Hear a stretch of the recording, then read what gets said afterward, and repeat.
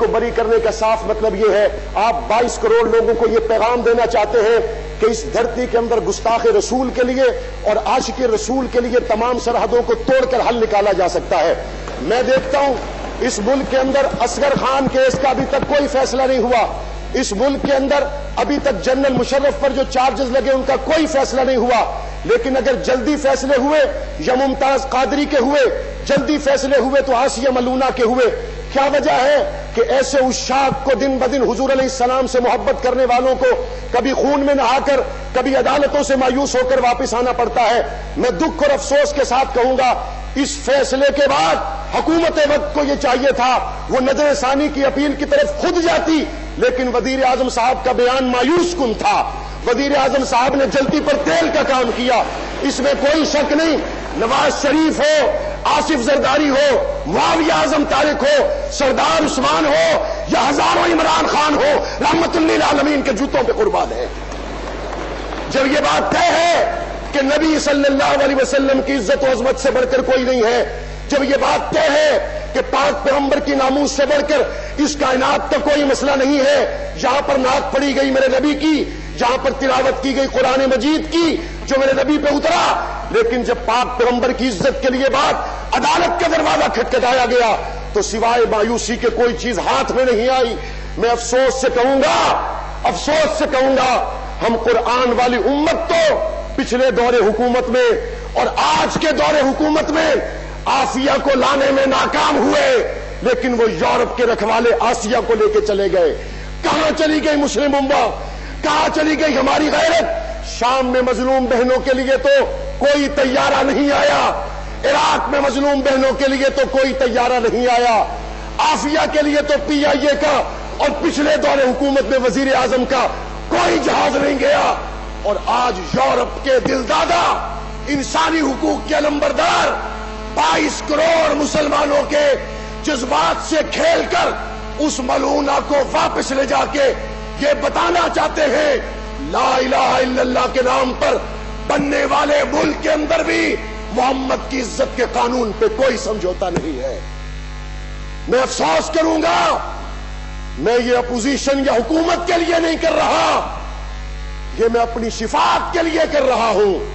خدا کی قسم جب میں آج کے حالات دیکھتا ہوں میرا دل پھٹتا ہے، میں رحمت للعالمین نبی کے سامنے قیامت میں کیسے پیش ہوں گا؟ میں رحمت للعالمین نبی کے سامنے کس منہ سے پیش ہوں گا جہاں پر تمام ان لوگوں کے حقوق تو ملے؟ میں افسوس سے کہوں گا جنہوں نے فیصل آباد بند کیا، کراچی بند کیا، پورا پاکستان بند کیا جمہوریت کے لیے، ان کو تو تانے دیے گئے۔ میں نے حسین کے نانے کے لیے آواز اٹھائی تو دہشت گرد ہو گیا، میں نے ابو بکر عمر کے پیر کے لیے بات کی تو سمیع الحق کا لاشا اٹھانا پڑا۔ میں یہ بات صرف رحمت للعالمین نبی کی شفاعت کو سامنے رکھ کے کر رہا ہوں، اور میں اگلی بات کروں گا جنہوں نے ناموس رسالت کے عنوان پر لاشیں گرائی، ملکی املاک کا نقصان کیا، توڑ پھوڑ کی ہے، ان کو ایسی سزا ملنی چاہیے کہ وہ عبرت کا نشان بنے، لیکن اس توڑ پھوڑ کی آڑ میں جو پاکستان کے کروڑوں پرامن عشاق مصطفیٰ نکلے تھے ان کے احتجاج کو نظر انداز نہ کیا جائے۔ اور مجھے افسوس ہوگا میڈیا مالکان پر، جناب اسپیکر، یہاں چھوٹی چھوٹی خبروں کے اخبار بنا دیے جاتے ہیں، لیکن یہاں پیمرا کے قوانین آ گئے کہ پرامن عشاق مصطفیٰ کو بھی نہ دکھایا جائے۔ اس کا کیا مطلب ہے؟ اس کا کیا مطلب ہے؟ میں میڈیا مالکان سے کہوں گا یہ پیمرا کا نوٹس تمہارے کام نہیں آئے گا، پاک پیغمبر کی شفاعت تمہارے کام آئے گی۔ میڈیا کے منہ بند کر دیے گئے، کسی نے ٹکر تک چلانا گوارا نہ کیا۔ رحمت للعالمین کے عنوان پر بھی اگر آج قوم اس اضطراب میں مبتلا ہے تو مجھے ڈر ہے وہ وقت نہ آ جائے جب لوگوں کا ہمارے ملک کی عدالتوں سے مکمل طور پر اعتماد اٹھ جائے۔ میں اس حوالے سے ایک الگ الگ قرارداد لانا چاہتا تھا، لیکن میرے پاس الفاظ ختم ہو گئے۔ میں کون سی قرارداد لاؤں؟ میں کس دروازے پہ جا کے دستک دوں؟ میں نبی کی عزت کی بات کروں تو کہاں جا کر کروں؟ لیکن میں امید کروں گا کہ سپریم کورٹ نے 56 صفحات پر مشتمل جو فیصلہ لکھا ہے، کیا ذیلی عدالتوں کو وہ حقائق نظر نہیں آئے جو سپریم کورٹ کو نظر آئے؟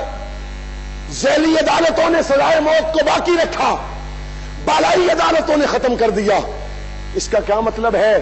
ناموس رسالت حساس عنوان ہے۔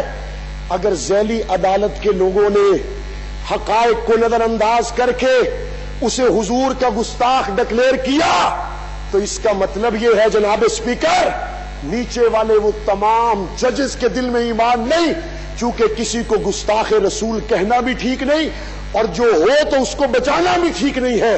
یا وہ ٹھیک تھا یا یہ ٹھیک ہے۔ آئے حکمران اور میڈیا پر اس بات کو واضح کرے کہ یہ تمام تر سازشیں کہاں سے ہو رہی ہیں۔ اور مولانا سمیع الحق کے قتل کے پیچھے، جہاں افغانستان میں جنرل رزاق کا قتل ہوا، ہمارے پاکستان میں وہ بے ایمان موجود ہیں جنہوں نے پاکستان کے اس دشمن کا جنازہ بلوچستان میں پڑھا۔ ہم سمجھتے ہیں جنرل رزاق کے قتل کے بعد مولانا سمیع الحق کی یہ شہادت پاک افغان مذاکرات کے حوالے سے بھی ایک گہری سازش ہے، اور میں امید کروں گا یہ ایوان صرف قراردادوں تک محدود نہیں رہے گا، بلکہ ان کے حوالے سے عملی شواہد سے اور اس تحقیق کے حوالے سے بھی ہاؤس کو آگاہ کرے گا۔ اللہ ہمارے گناہوں کو معاف فرمائے اور دنیا آخرت میں ہم پہ رحم کرے۔